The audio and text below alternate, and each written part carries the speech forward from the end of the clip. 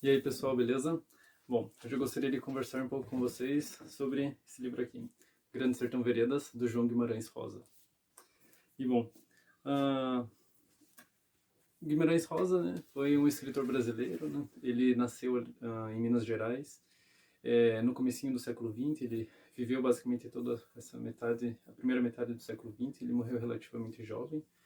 É, Ele foi um médico, um diplomata, e uma das suas ah, maiores realizações, talvez, não sei, ele era um poliglota, um linguista incrível, né? Ele conhecia várias línguas. Eu sei que ele era fluente assim, em mais de 10 línguas, e conhecia várias outras também. E isso ajudou muito em toda a sua obra. Eu imagino, né, toda a sua obra, porque eu não li toda a sua obra, né? Eu só li Sagarana e Grande Sertão Veredas, mas tanto por esse livro como por Sagarana, a gente pode ver que o fato dele ser um poliglota ajudou muito na construção da linguagem desses romances, porque ele utiliza de vários regionalismos, já que esse livro, pelo menos, se passa ali no norte de Minas Gerais, da Bahia e em Goiás, mais ou menos, e ele constrói muitas palavras novas, ele cria neologismos, e é algo incrível. À medida que nós vamos lendo e vamos percebendo o significado desses neologismos, é, a maneira como ele criou essas palavras, eu acho que nós vamos percebendo como o cara era genial, de verdade. Bom, confesso para vocês que no comecinho eu acho que é um pouquinho complicado a gente se acostumar a essa linguagem, tá? Mas imagine que é como vocês literalmente estivessem chegando, sei lá, no sertão talvez, né? Ou em qualquer lugar, né? Às vezes um lugar diferente, tipo, dá um susto assim, a gente não está meio acostumado, mas se a gente persiste, a gente vai se acostumar. Então, só vocês persistirem na leitura que vocês vão se acostumar, prometo. É, Bom, a linguagem dele, então, é um dos maiores pontos desse livro, na minha opinião, também. Ele utiliza de uma prosa poética também, é muito lindo, é cheio de passagens muito bonitas esse livro, sabe? Tipo, daquelas que dá para colocar, sei lá, nas redes sociais e nas agendas de fotos e dizer que é da Clarice Lispector, mas é do João Guimarães Rosa, ele é muito incrível de verdade. E uma coisa também que me chamou muita atenção, que eu não estava esperando muito por isso neste livro, é que assim, e agora vem outro ponto importante, né? O livro, ele é um monólogo, né? Na entrevista, uma famosa entrevista que ele deu, né, em Berlim, ele mesmo fala, ele classifica o seu livro como um monólogo, só que é como se fosse um diálogo, porque nós sabemos que ele está conversando, ele está contando a história da sua vida para alguma pessoa, né, para o doutor, uma pessoa que o está escutando, né? Quem sabe alguém que está, sei lá, conhecendo ou buscando saber mais sobre as vidas do sertão. Talvez seja ele mesmo, né? Ele seja tipo um alter ego, acho que é a palavra, né? Para o próprio Guimarães Rosa, esse doutor. E, mas enfim. Então o livro é todo um monólogo, e por ser um monólogo, ou seja, o Riobaldo, o protagonista, contando a sua própria história para esse doutor, é, nós temos que ter em mente que temos que desconfiar desse narrador, né? O Riobaldo, ele está contando a história da vida dele como ele quer, né? Então ele está contando talvez as coisas que ele acha que são importantes, né? É, e também não temos acesso à mente dele, somente ao que ele fala.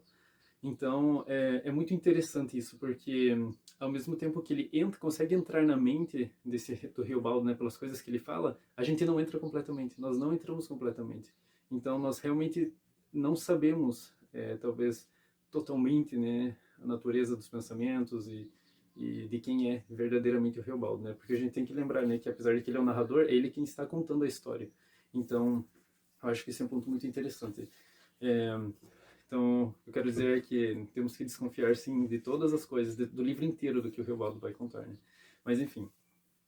É, Bom, uma das coisas também que mais me chamou a atenção no livro é que é a universalidade do livro, né? O João Guimarães, esse livro, né, Grande Sertão Veredas, o sertão do João Guimarães Rosa é conhecido, né, por ser um sertão universal, ou seja, ele não vai falar, apesar de que o livro se trata ali naquele ambiente, né, o sertão é como uma representação do mundo, né? O sertão é o mundo, é uma das frases que ele diz aqui também. Outra frase que ele diz que eu amo, né, que o sertão é a gente, né? Está dentro da gente. Então, por isso a gente já vê que o livro se propõe mesmo, né? Ele se propôs, o João Guimarães Rosa, a construir um livro é, que tratasse dos grandes dilemas da humanidade, né? E ele vai falar, né, um dos pontos principais do livro, né, é o debate que o Reobaldo tem consigo mesmo sobre a existência de Deus e do diabo. É algo muito interessante, né? Ele vai ter fases em que ele acredita nos dois, em que ele não acredita em nenhum, em que ele acredita em um ou não acredita no outro, né? E é muito interessante nós passarmos por todos esses passos que o Reobaldo passa para chegar às suas conclusões. Ele vai tratar, né, do medo e da coragem, a coragem que é algo muito importante para esses jagunços, né, que são homens valentões ali no meio no meio da guerra. A guerra é outro assunto muito interessante também, a guerra e todos os seus desdobramentos, as suas consequências, as suas implicações, né, por que eles estão guerreando. Ele se pergunta várias vezes, ele se questiona como que um ser humano consegue fazer isso que nós estamos fazendo, né? De matar outras pessoas, de roubar, de causar mal, muitas vezes por puro prazer. Shout out pro Hermógenes. Mas, enfim, ele vai tratar de todos esses aspectos, né, do ser humano, né? E talvez um dos maiores de todos, que é o amor. E aí chegamos num ponto muito interessante, né? Que é Diadorim, figura de Diadorim, o seu amigo que ele conhece desde menino, ele fica muitos anos sem vê-lo e finalmente o reencontra depois de vários anos, né? E ele vai ter um dilema, um combate dentro de si mesmo, né? Ele não sabe, muitas vezes ele não sabe se ama ou não Diadorim de uma outra maneira. Depois, em uma certa parte do livro, ele vai acabar assumindo, né, confessando para si mesmo que sim, ele ama o Diadorim, não somente como amigo, mas como algo mais.